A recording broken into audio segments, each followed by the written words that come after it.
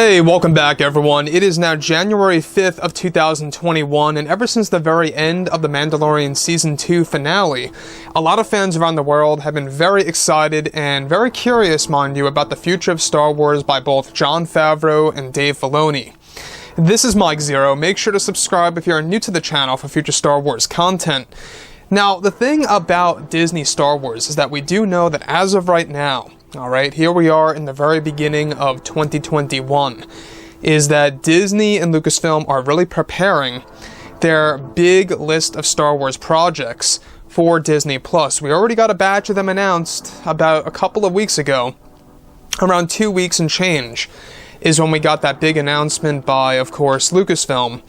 And another batch is going to be announced later this year, most likely around Q3, maybe Q4 of this year, is going to be when we're going to get new titles unveiled for the Star Wars universe.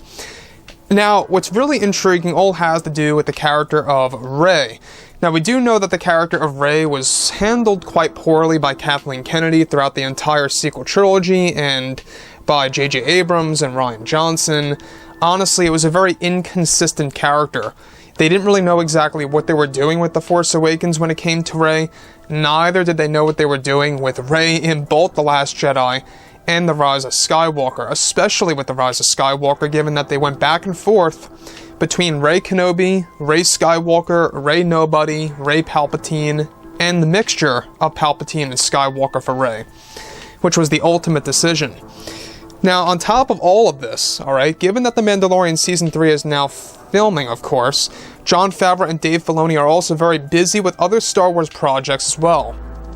Now, it's described that Lucasfilm is in the early stages of development for the Rise of Skywalker sequel series that is set to replace actress Daisy Ridley as Rey Skywalker with actress Keira Knightley, who also in the past was a part of Star Wars in Episode 1, The Phantom Menace. It's described that the main reason as to why Daisy Ridley was replaced as Rey Skywalker with Keira Knightley taking over the role had to do with Daisy having creative differences with Lucasfilm's Kathleen Kennedy and handling her character poorly from the sequel trilogy films that caused a tension on the set for Episode 9 some time ago. However, not just that, but also Daisy Ridley was tired of acting as Rey Skywalker and did not want to return to Star Wars, since both John Boyega and Oscar Isaac refused to come back to the franchise. Keira Knightley is set to provide facial scans for Rey Skywalker sometime in early 2022 that will be used for the planned 2023 release on Disney+. Now, let's stop right here for 1 second before we move on. Now, I realize that it's still a ways off until we're going to see this project, which, by the way, guys, it's going to be an animated form with very realistic animation styles added into the mix. Think almost like a video game cutscene, but a TV series. Very much like that.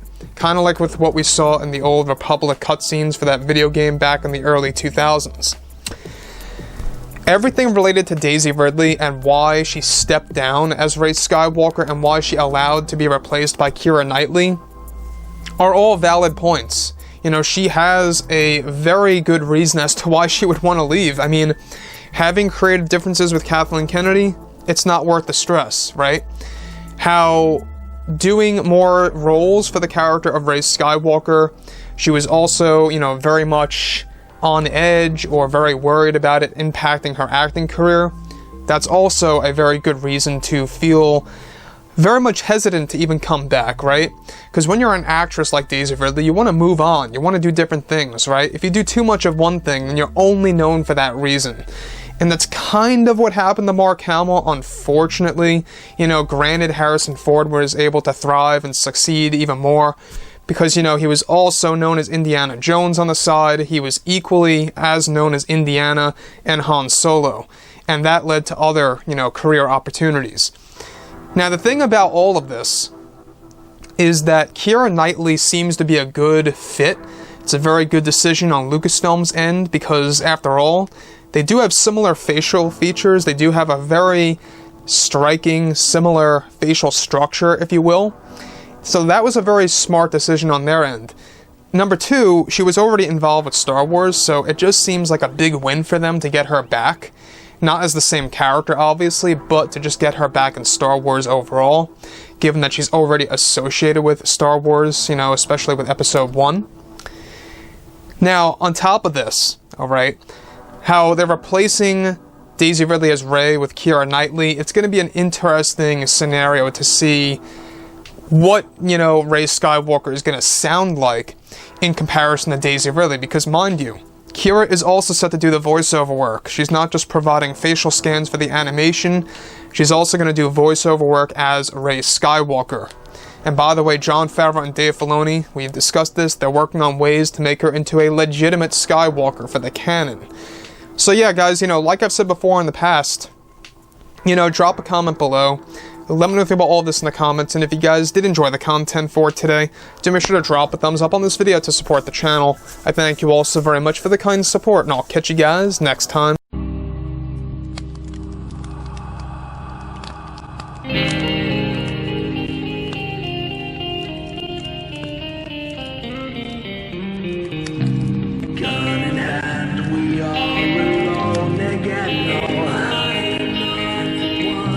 Night to moon, we hear them moans again.